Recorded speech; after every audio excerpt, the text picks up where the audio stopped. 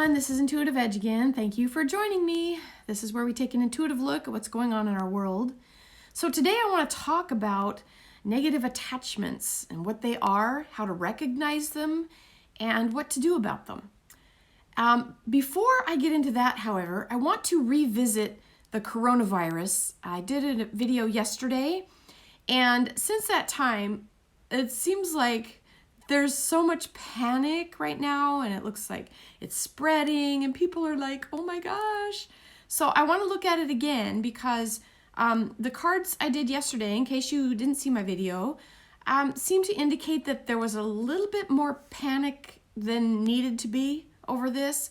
I want to take a look at the cards again just to see if that is, if that's correct, if that's still the case, if there's something maybe that we missed. I want to look at it. So let me put the cards out. I'll be right back, and then we'll talk about attachments. Okay, so I did a 10-card Celtic cross spread. The first card out is the Five of Cups on this virus. This is a card of sadness, moving on from having to deal with a sad situation, a difficult situation. It's crossed by the King of Cups. To me, that's an influence of like somebody having some control or authority or ability to deal with that difficult situation. We have the Risk card up top, crowning upside down, which is not to take risks. So, precautions, being careful with the precautions of it, not to spread the disease. Now, in the past, we have the card of Fate and Karma moving into this card, which is interesting. We have the Page of Cups. This is a card of can be a message about something kind of strange going on with and it's looking back onto the situation with this virus. We do have the Empress card on the Self. Like, this is being careful to take care of yourself, nurture yourself. Difficulty kind of moving on from this, maybe challenge with containing it somewhat. Now on this outcome card, this to me is when you see that snake, the two snakes, it could look as though it is the symbol for the medicine symbol where you get the snakes on that rod. And this is a positive card, that too. So I'm gonna be a stickler, I think, with my original interpretation is that yes, there are going to be, there may be pockets of this, but I do think that this will be, ultimate outcome is that it's going to be either contained or they'll be able to kind of arrest it, or I don't think it's time for global panic, okay? That's what I get from this. We can revisit it another time, but right now, if you're in an area where it's spreading, take precautions. Maybe wear the mask. Take care of yourself, boost your immune system, vitamins, minerals, whatever, and don't expose yourself to this if you can help it. Take precautions. That's what I get with this. But as far as the global fear, I don't think we're at that point. And so anyway, I just wanted to touch on this again. I wanted to revisit it, see if, if something else came up in the cards that would indicate, oh my gosh, maybe it's time to kind of, be a little more fearful. But, I don't like fear anyway. So, but I just wanted to visit this again. So for what it's worth, okay, everybody, take care out there. Wash your hands. Be safe. Okay. All right. We'll be right back. I want to talk about attachments. This is going to be really good. So stay tuned. So in this segment, I want to talk about negative attachments. What are they? How to recognize them and what to do about them. Now, I think that negative attachments are more prevalent than people realize. And some of the issues that people face may not be necessarily something that they have generated. It may be an outside influence, and that's what a negative attachment is. So let's define that. Negative attachment is a disruptive energy that comes in and tries to either mesh with your energy or steal your energy, or basically it's a disruptive influence. Now, some people are much more susceptible. For instance, if you are very empathic, if you pick up on other people's emotions readily, you may be a little more susceptible to having something that is able to come in and kind of influence your emotional field or how you're feeling about a situation, or kind of mesh with you a little bit more. So there are ways to protect yourself if you are an empath or a psychic, or and most psychics maybe learned the hard way to protect themselves. But some people are more susceptible than others. Although anybody can be influenced by a negative attachment, which is basically a negative entity. Okay, people like to think of ghosts, but sometimes, you know, those who are in the in-between world, who have crossed, but maybe they haven't passed over fully and they're still kind of earthbound, they can be looking and searching for someone to help them, or maybe they're just angry and want to just lash out at the first person they come across. So anyway, there's lots that I could go into on sidebars with this, but I'm going to try to keep this focused and focus more specifically on what we can do to protect ourselves. Okay. Now, I mentioned ghosts, disruptive energies or entities, but in a rare case, you may be dealing with something demonic too. So don't rule that out as well, and we can talk about that more. So what effect can they have? Well, they can affect us physically. Some people can feel run down, tired, fatigue. Some people can get sick, physically sick. They can make life difficult. So these are things to be aware of, the effect that they have. It really can disrupt our normal lives, and we can be dealing with things not only in our own lives, but having that extra baggage, so to speak, that's kind of coming in and disrupting our life. Okay. Now, who is susceptible? We talked about empaths. Just about anyone really can be susceptible to a negative attachment. But people who have undergone emotional trauma, perhaps something that's been just emotionally devastating, maybe the sudden death of a loved one that was unexpected, can throw somebody into a complete turmoil. This can leave us kind of vulnerable. Okay, sometimes illness, severe illness or injury, that can kind of leave us vulnerable as well. So how do you know if you have a negative attachment? Now, not everything is a negative attachment. Life is life. We deal with stuff that comes in and we do the best we can generally, right? But here's some tips that I have learned. Now, again, I'm not the be-all end-all expert on this, okay? But I have learned a lot through personal experience and through learning from experts, okay? I've learned a lot from people who do know this stuff quite well. Now, the first thing is thoughts that are out of character for you. Now, if you are going along and all of a sudden you have a thought that comes out of nowhere and it's a negative, or it's an icky thought, or it's like, why would I think that? Why would I, that is probably an indication that you might be dealing with an energy that is attempting to influence your thoughts, okay? It may not be you. Another one is nightmares, chronic nightmares and night terrors. Now, everybody in there, probably most everybody has had a nightmare at one time or another. That's not out of the ordinary. But if it's chronic, if they're repeatable, if it's something that is frequent, you might have an energy that is attempting to disrupt your energy field. Sudden impulses or urges that are out of character. again, the key is if it's not something that you would normally do or be inclined to do, and all of a sudden you have this urge to do something, and you're like, where did that come from?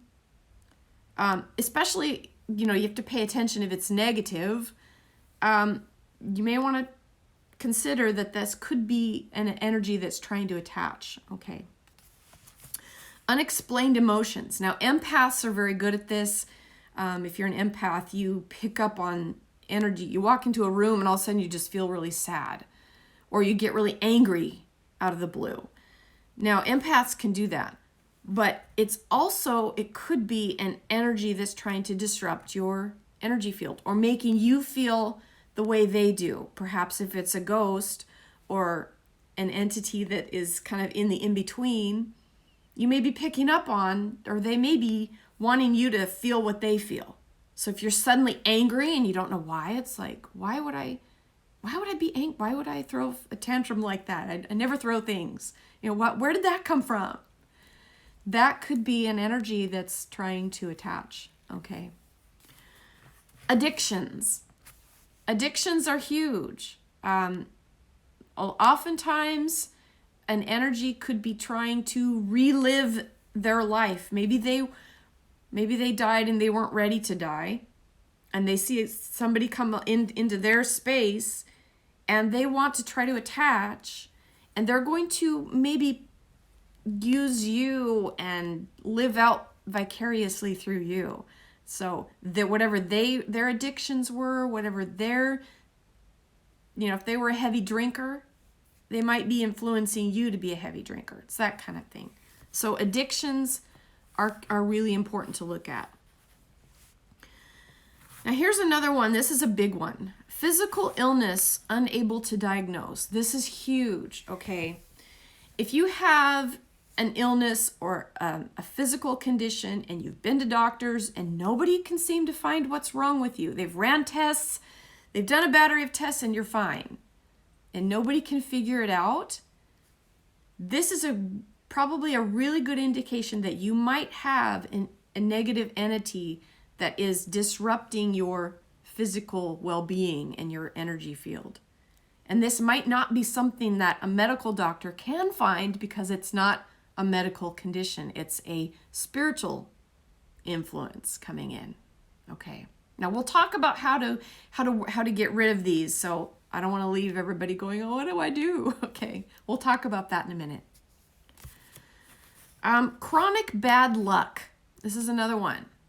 If you are constantly running into things, and now everybody goes through a clumsy phase, especially if you're a teenager. But if you're constantly tripping over things or falling or if constantly getting in car accidents or just chronic bad luck, like everything, it's like if you're known by your friends as the one that's always got bad luck, that could be a negative influence that is disrupting your energy flow. Okay? So pay attention to that. And also sleep paralysis. That's another big one. Some people have reported, they're in bed and all of a sudden they wake up and they feel they can't talk, they can't move, and they feel like there's something like that's on them that's maybe choking them or something. So that could be an energy that is trying to disrupt your energy flow. Okay. So those are signs to look for that might indicate that maybe this is something that you need to pay attention to. So, how do we get rid of these negative attachments? What do we do? The number one thing is to recognize that it is not you. So if you have these thoughts out of the blue that maybe a murderous thought or a suicidal thought, and you think, why would I think that? I don't want to do that. Recognize it's not you, okay? If that's something that truly came out of nowhere and it's not something that you normally would think, then own that. Say, you know what? That's not my thought. That's not something that I would think. And just because it came into your mind doesn't mean that it's yours, okay? We often get influences from around us all the time, and it's up to us to go, you know what? That's not me. And if you can distance yourself from what's coming into your field of energy and go, and just make that mental distinction. You know what? Not every thought I think is mine. I don't have to own that. Okay? That's really important. So recognize it's not you if it's out of character for you. Okay? Prayer and affirmations are good. Affirmations come from a place of gratitude. But more importantly, if you have a negative attachment that's really disrupting your life, it may be important to go to someone who does Reiki. Now, Reiki is a form of energy healing that is very beneficial. It can be especially very beneficial for people that are dealing with their energy just out of whack, okay? A good Reiki master can go in and cut those attachments to you. They can realign your energy flow. So Reiki is a really good, try to find someone in your area if you need something like that. It's always good to have a session, I think, with a good Reiki master that can really help you to rebalance your energy and make you stronger, okay? So that you're not as susceptible. Practicing gratitude is going to help too. If you get stuck in negative mindsets and you're cranky and try not to give in to those influences that might go, ooh, there's somebody that I want to attach to. Stay positive and practice gratitude, okay? And practice release, okay? Releasing things that don't serve you anymore. That's what I do with affirmations, things that come into my life. This really isn't serving me, I say, some things that come in. This is not serving me. I want to learn from what comes into my life and then let it go, okay? So practice release from attachment.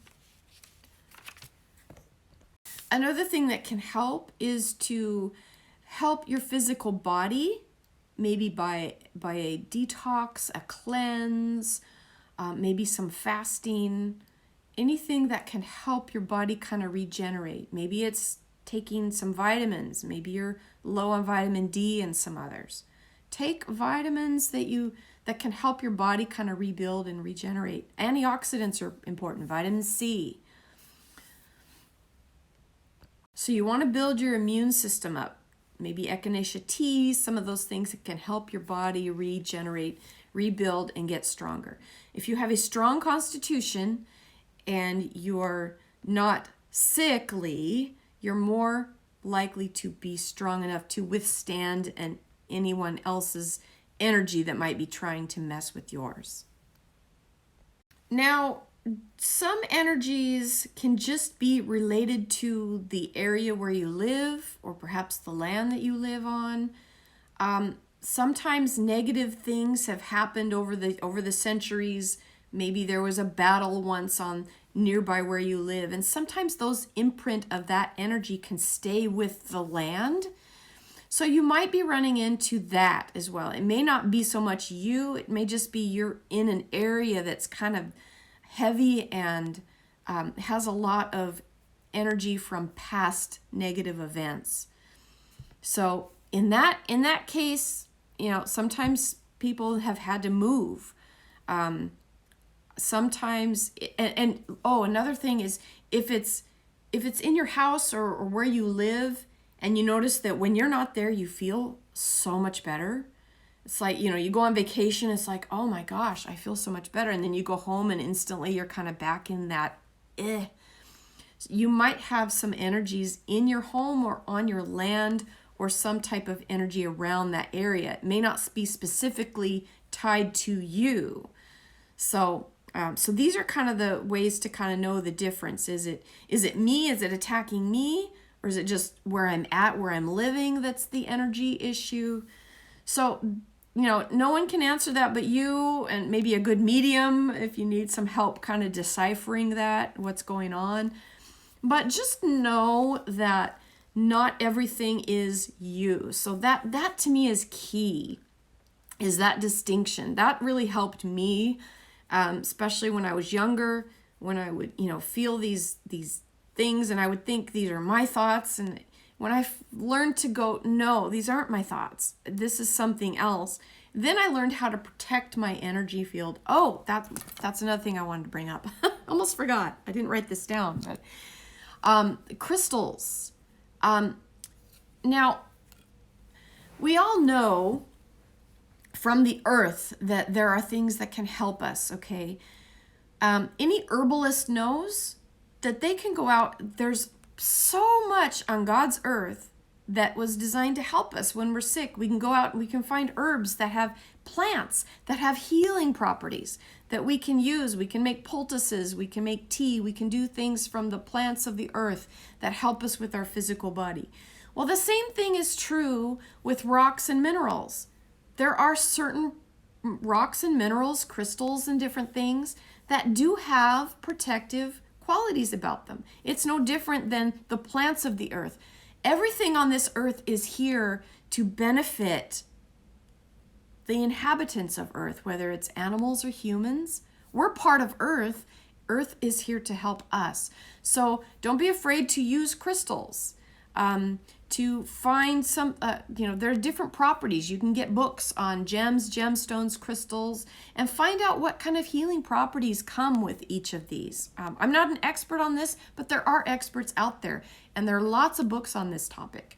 So some mediums, especially people that are susceptible, people that are empaths that really pick up on this, sometimes they need to carry crystals with them to ground their energy so that they're not bouncing all over and absorbing like a sponge, okay? Empaths and psychics need to learn to kind of temper that and put a barrier around themselves when they're not ready to just be bombarded with other people's energy, okay? So if that resonates with you, pick up a book on gems or gemstones and the healing properties that they have. It's there for us to use. That's why it's here. Okay. So I hope this helps. I just touched on this a little bit. I hope this helps some of you. If you have any questions, leave a comment, or you can email me, intuitiveedgetarot@gmail.com. And I can try to help you if I can. But again, seek out Reiki, seek out mediums that maybe if you need more help, if you've got a more issue at your house or something that you need a little more help with, there's help out there. So don't be discouraged, and just know that you have the power within you, and the earth and God, and that's all there to help us as we move through this journey of life, okay? All right. Thanks everybody for watching. We'll catch you next time. This is Intuitive Edge. Bye for now.